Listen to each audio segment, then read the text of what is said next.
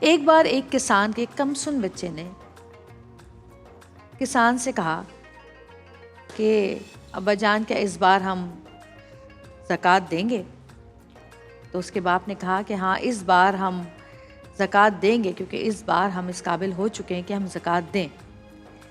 تو اس بچے نے اپنے باپ سے بولا کہ ابا جان ویسے ایسا کیوں ہے کہ ہم اپنا مال کسی کو کیوں دیں؟ اس طرح سے تو ہمارا مال کم ہو جائے گا، ضائع ہو جائے گا۔ تو کسان اس بچے کو لے کر کھیتوں کی طرف دوڑ پڑا اور کھیت دکھانے کے بعد اس سے کہا کہ ان کھیتوں میں جب ہم بیج ڈالتے ہیں یا بیج بوتے ہیں تو وہ بیج کا ضائع ہو جاتا ہے، یا ایسا ہوتا ہے کہ اس بیج کو ہم کسی اور کو دے رہے ہیں، زمین کو دے رہے ہیں، تو اس کے بعد کیا ہوتا ہے؟ تو بچے نے جواب دیا کہ نہیں، وہ بیج تو ہمیں کتنے گنا بڑھ کر ملتا ہے۔ تو کسان نے جواب دیا کہ بس زکوٰۃ بھی یہی ہے کہ آپ جب اللہ کے نام پہ اللہ کے بندوں کو زکوٰۃ دیتے ہیں تو وہ بہت کم مقدار ہوتی ہے، لیکن وہ بہت زیادہ بڑھ کر ہمیں ملتی ہے۔ تو جی زکوٰۃ، صدقہ، خیرات، فطرہ، اس کے بارے میں آج ہم بات کریں گے۔ اور اگر قرآن پاک میں دیکھا جائے تو زکوٰۃ کا ذکر 32 بار آیا ہے، اور نماز کے ساتھ زکوٰۃ کا ذکر 26 بار آیا ہے۔ یعنی نماز قائم کرو اور زکوٰۃ ادا کرو، نماز قائم کرو، زکوٰۃ ادا کرو۔ سورہ بقرہ کی آیت ہے، اور نماز قائم کرو اور زکوٰۃ دو اور رکوع کرنے والوں کے ساتھ رکوع کرو۔ سورہ بقرہ کی ایک اور آیت ہے 110، اور نماز قائم کرو اور زکوٰۃ ادا کرو، جو نیکی تم اپنے لیے آگے بھیجو گے اسے اللہ کے پاس پاؤ گے۔ سورہ نساء کی آیت ہے، اور نماز قائم کرو اور زکوٰۃ ادا کرو۔ اس کے بعد سورہ حج کی آیت ہے، وہ لوگ کہ اگر ہم انہیں زمین میں اقتدار دیں تو نماز قائم کریں اور زکوٰۃ ادا کریں۔ سورہ نور کی آیت ہے، اور نماز قائم کرو اور زکوٰۃ دو اور رسول صلی اللہ علیہ وآلہ وسلم کی اطاعت کرو تاکہ تم پر رحم کیا جائے۔ تو اگر ہم دیکھیں نماز اور زکوٰۃ، اکثر اس کا ذکر ساتھ کیا گیا ہے۔ نماز جو ہے وہ روح کو پاک کرتی ہے، اور زکوٰۃ جو ہے وہ مال کو پاک کرتی ہے۔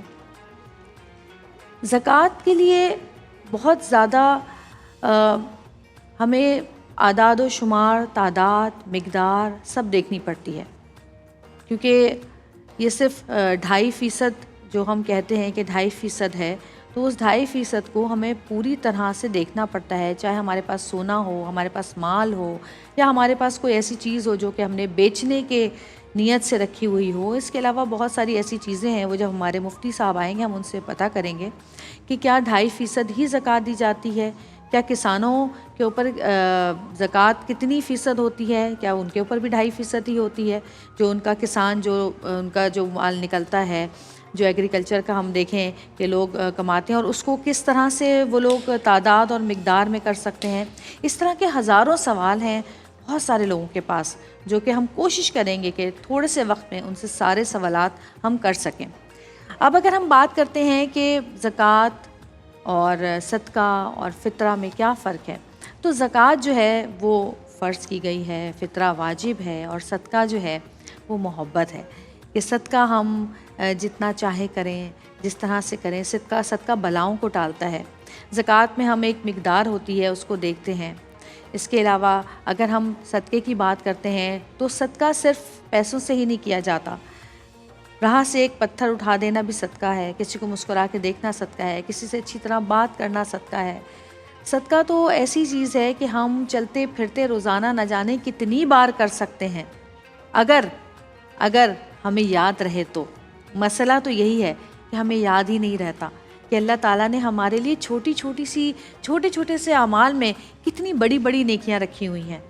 تو یہ جو رمضان آتا ہے، اس میں جو یہ ٹرانسمیشن ہم کرتے ہیں، یا جو لوگ اپنے گھروں میں اس طرح کی محفلوں کا اہتمام کرتے ہیں، یا جو لوگ اپنے بزرگوں کے ساتھ بیٹھ کر ان باتوں کو دہراتے ہیں، وہ ہماری یاد دہانی ہوتی ہے کہ ہم جو چیزیں بھول گئے ہیں، جو ہمیں پتہ ہے لیکن وہ کہیں کسی گوشے میں چھپ گئی ہیں، دنیا کے کاموں میں، دنیا کی مصروفیات میں، ان کو دوبارہ سے اس کو دوبارہ سے یاد دلایا جائے. جس طرح ہم ایگزامز جب آتے ہیں تو ہم پورا سال جو ہم نے پڑھا ہوتا ہے ہم وہ ریوائز کرتے ہیں, اس کو دوبارہ سے یاد دلایا جائے.